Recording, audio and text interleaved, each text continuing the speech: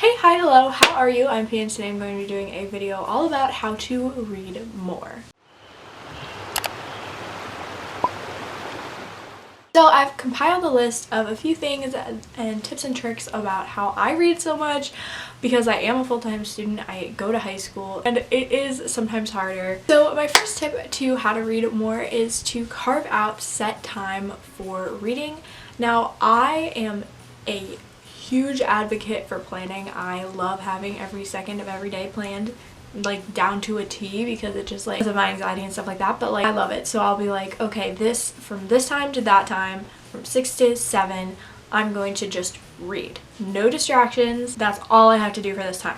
Before that, I'll do whatever I need to do, and like after, I'll do something else. But like this block of time is for reading. And I think setting aside like maybe an hour a day or something like that, if whatever works into your schedule, just putting in whenever you have a little break, maybe it's between classes, maybe it's during your lunch break, I don't know, right before you go to bed, but just picking up that book and saying, this is the time to read. I have this half hour, I have 20 minutes, and I'm gonna read for just 20 minutes, and then I can get whatever responsibilities I need to get done. My next tip is to try reading sprints. So similar to carving out time, it's a little bit different, just like reading as much as you can with no distractions for maybe 10-15 minutes. It's a lot like writing, only doing like 15 minutes at a time and just reading, and then maybe taking a break and then doing another 15 minutes.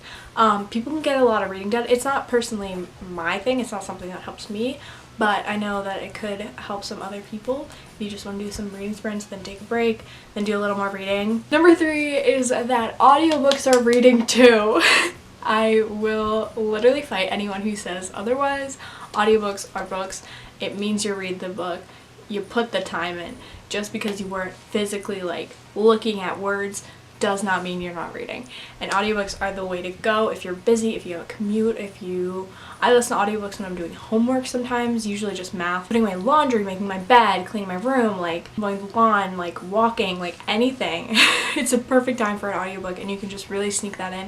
You don't have to carry a book with you anywhere, and it's just on your phone. So easy. Like you just need to plug in your headphones and you're reading, and you can just multitask, and I love multitasking with my entire heart. Don't forget about audiobooks. Don't sleep on audiobooks. Number 4 is to always carry a book with you. I learned this from Gilmore Girls. Where you lead, I will follow. That's not why, but I always take a book with me literally everywhere.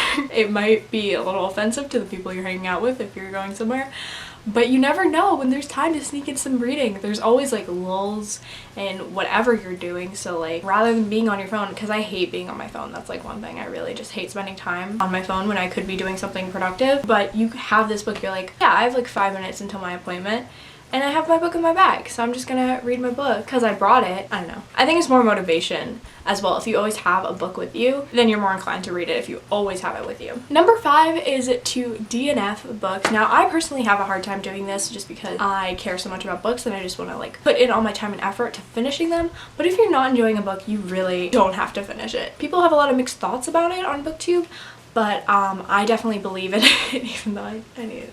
Start doing that some more. Reading books that you don't like can definitely put you into a reading slump, get you uninspired to read because you didn't like what you were reading before.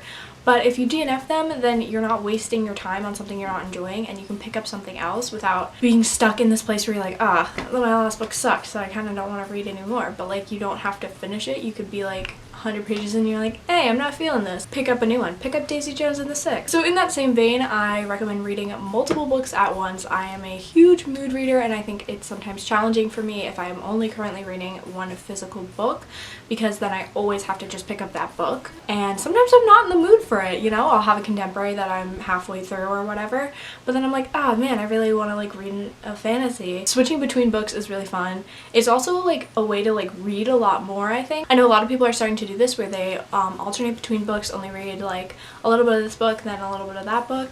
You get a lot more reading done just because you're changing your mindset, and I get a little bored sometimes with being in the same story and being in the same world for so long. So sometimes I just need a little bit of a refresher, a little palate cleanser. So I'm usually reading about 4 books at once.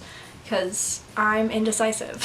And then my last tip is to read before bed. I always have books on my nightstand, and I always try to read before bed. Not only is it a great time to get some reading in, but it's really relaxing. You can turn off your phone, and reading honestly puts me to sleep sometimes, especially when I'm already tired and comfy in bed. It really helps me to get to sleep and to like wind down, and it's obviously some time to sneak in some more pages. I also listen to audiobooks as I'm trying to fall asleep because there's like a timer that it can stop after like a half hour or any set amount of time, which I'll usually fall asleep by then, so I also like that. But reading before bed always really calms me down. It really just like makes me really relaxed and ready to go to sleep. I think it's a good time to read, and rather than just watching Netflix on your phone, because the light in your phone is not good for you when you're trying to sleep. Okay guys, so that's all for my tips on how to read more. If you guys have any more tips, leave them in the comments down below, or if you want to try these out, let me know how they go.